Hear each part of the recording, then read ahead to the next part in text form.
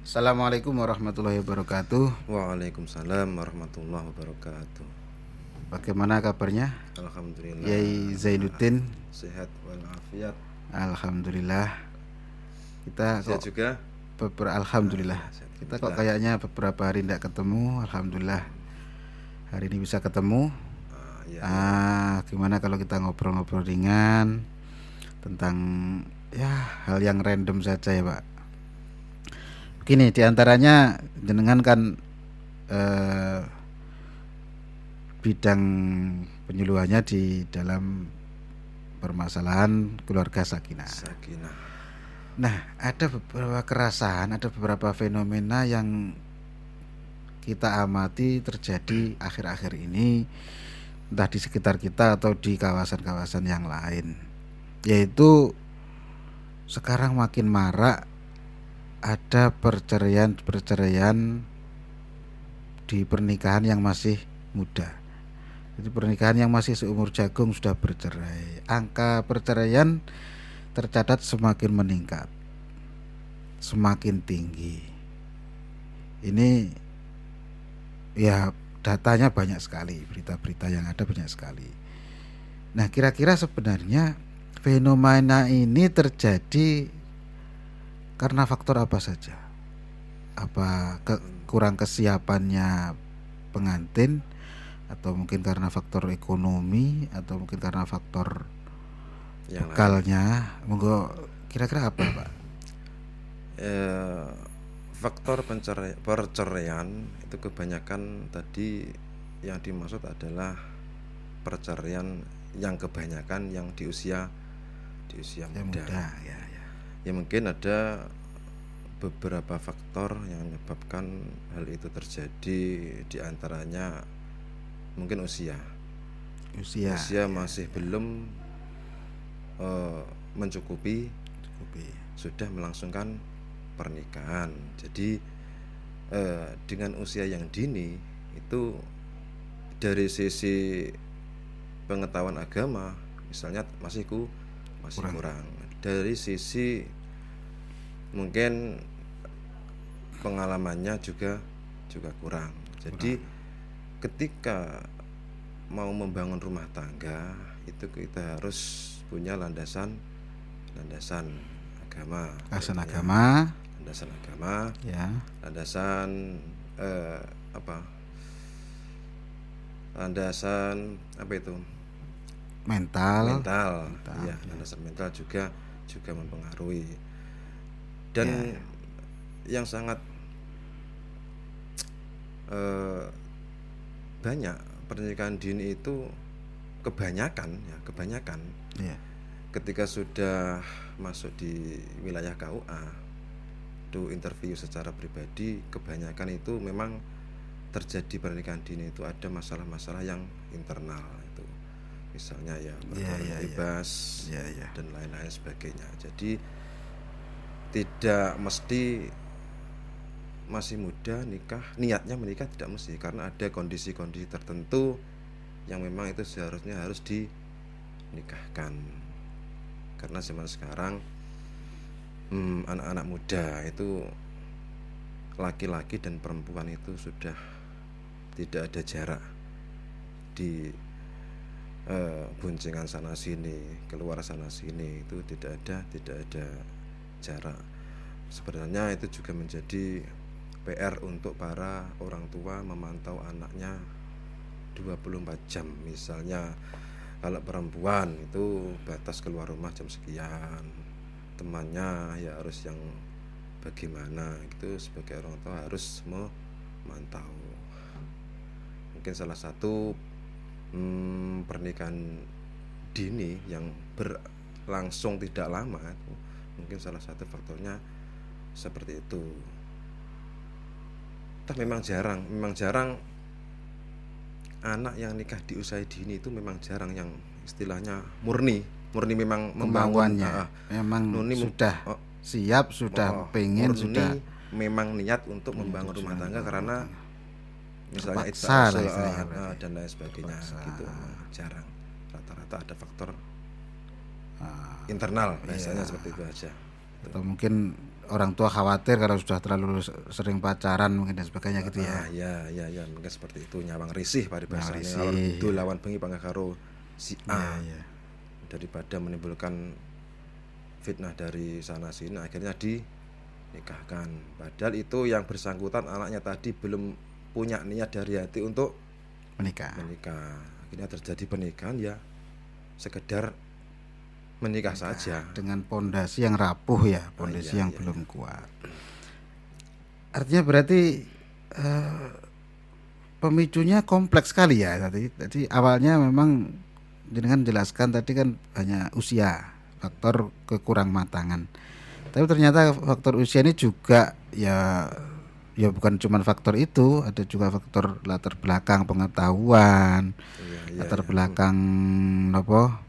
Kondisi sosial, pergaulan, latar belakang kejadian di luar dugaan dan sebagainya, kan ada macam-macam. Iya. Nah, kira-kira kita kupas satu-satu misalkan. Kalau dari sisi usia, sebenarnya kan sudah kita tahu sekarang ini pemerintah memberi kebijakan bahwa ada batas minimal usia. Ada batas minimal usia. Kalau dulu kan orang itu ya terserah saja ya. Orang-orang dulu usia 15 tahun, usia 14 tahun dinikahkan banyak. Dan nyatanya tidak ada masalah.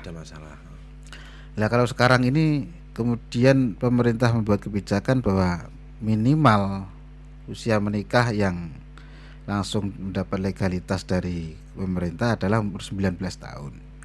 Kalau di bawah itu harus melalui proses persidangan macam-macam.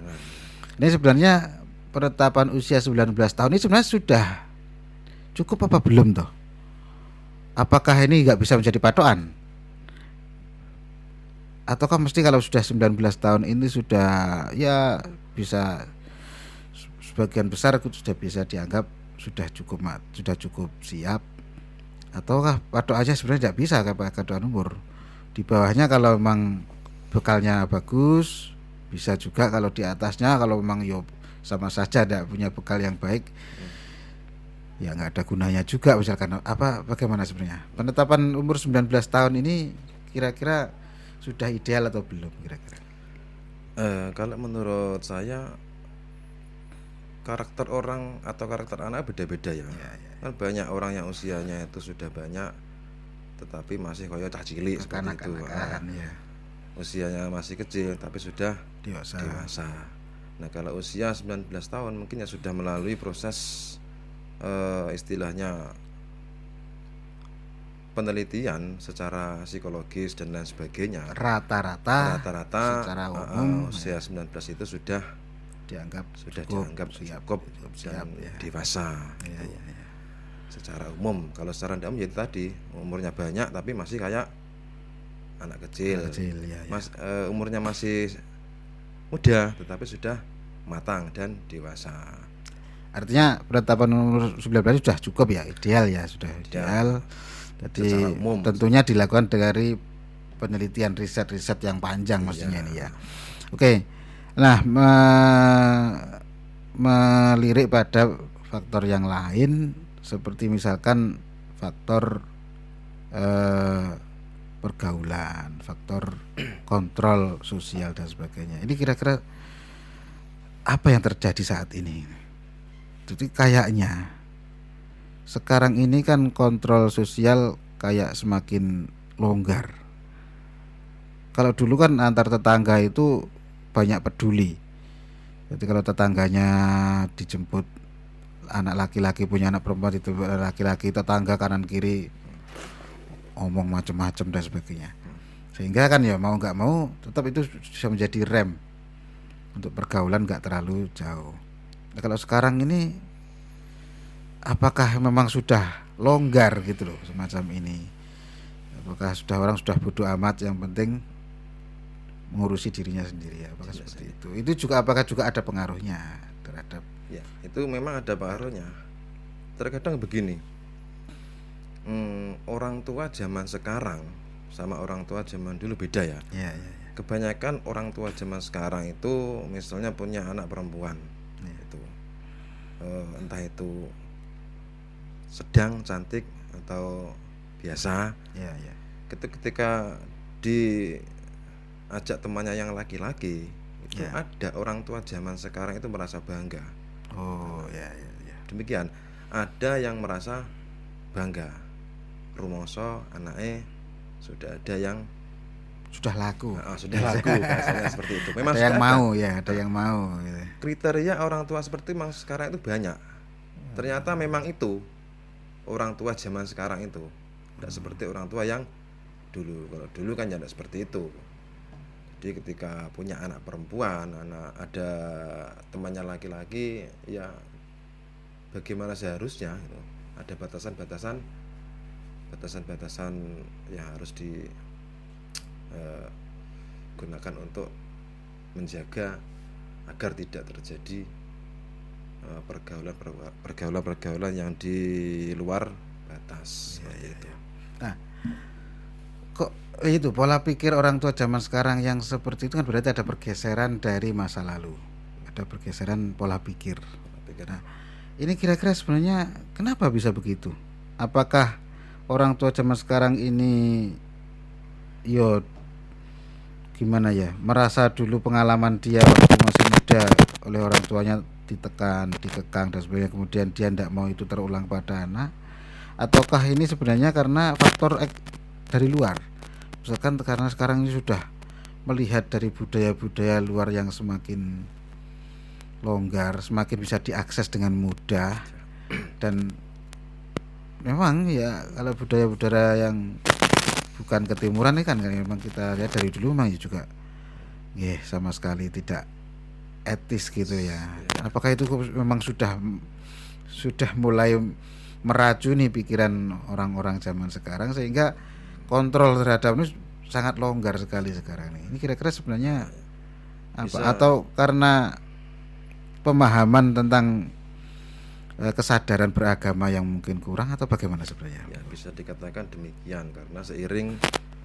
perkembangan zaman yang semakin modern itu banyak cara-cara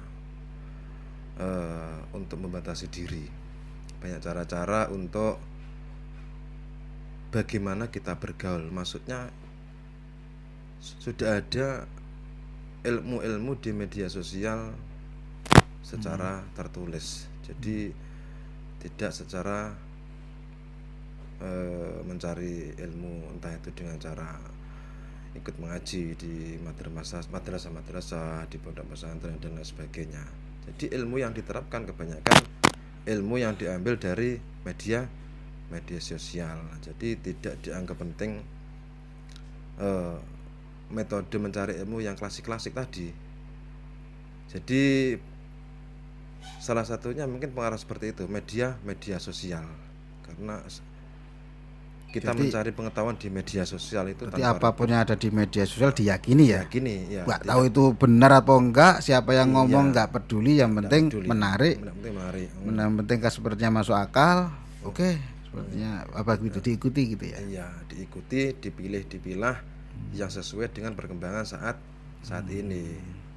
Entah itu perilakunya itu baik atau buruk. Yang penting ikut perkembangan. Umumnya ini awake orang ini ketinggalan. Oh itu. Ya, itu artinya sebenarnya juga kurangnya dasar pondasi pemahaman dari masing-masing anak-anak juga ya berarti. Karena dia tidak punya kontrol terhadap informasi apapun yang masuk, semua ditelan mentah-mentah. Sebenarnya ini permasalahannya enak sekali, panjang sekali yang perlu kita bahas, tapi karena waktunya juga cukup terbatas, terakhir saja mungkin Pak Zen, kira-kira apa yang bisa kita lakukan menghadapi seperti ini? Apakah ini ya mungkin dari skala paling kecil, dari keluarga kita sendiri, apa yang perlu kita lakukan menghadapi kondisi-kondisi seperti ini, terutama ya berujung pada supaya nanti secara luas bagaimana fenomena perceraian dini, pernikahan dini dan perceraian dini di usia seumur jadung sudah bercerai, banyak janda baru dan sebagainya, ini bisa semakin diminimalisir. Ini kira-kira apa dari kita sendiri-sendiri yang bisa kita lakukan? Ya, kalau kita sebagai orang tua kita harus memantau anak 24 jam. Kalau kita sibuk di luar, kita harus mencari seseorang yang bisa memantau anak kita. Jangan dibiarkan kesana kemari, tidak ada batasan-batasan aturan orang tuanya. Jadi kita harus memantau entah bagaimana caranya. Kemudian kalau yang terkait dengan budaya-budaya, kebanyakan kita mengikut budaya asing, itu mayoritas kan pengaruh dari media sosial. Jadi sebagai orang tua ya anak harus dibatasi berselancar di media kalau bisa mungkin didampingi ya, jadi kontrol, kita tahu apa yang diakses, kita tahu apa yang dilihat oleh anak-anak gitu ya. Yang ketiga itu perlu diperbanyak ya, kalau kita sebagai umat muslim ya ilmu-ilmu agama. Jadi ilmu agama dan ilmu umum itu harus seimbang. Kebanyakan yang zaman sekarang itu ilmu agama itu tergeser, fokus pada ilmu umum. Jadi ya minimal seimbang. Jadi harus diperbanyak ilmu agama. Entah itu bagaimana caranya dimasukkan ke madrasah kalau dasar-dasarnya. Bagian juga ke pondok pesantren. Mungkin seperti itu. Baiklah, alhamdulillah. Artinya yang boleh kita lakukan ya kita harus mulai dari lingkup terkecil kita, keluarga kita. Mari kita lindungi masing-masing, kita protek dengan baik, kita kontrol dengan baik, kita ciptakan suasana dan lingkungan yang bagus yang membentuk kepribadian yang baik dan membekali anak-anak, keluarga dan lainnya dengan basic pengetahuan, terutama pengetahuan agama yang cukup yang bisa digunakan untuk bekal mengarungi kehidupan. Mungkin ngaten nggih. Alhamdulillah Pak Zainuddin, mungkin ini kita akhiri dulu. Terima kasih atas waktunya. Ada kurang dan lebihnya mohon maaf. Assalamualaikum warahmatullahi wabarakatuh.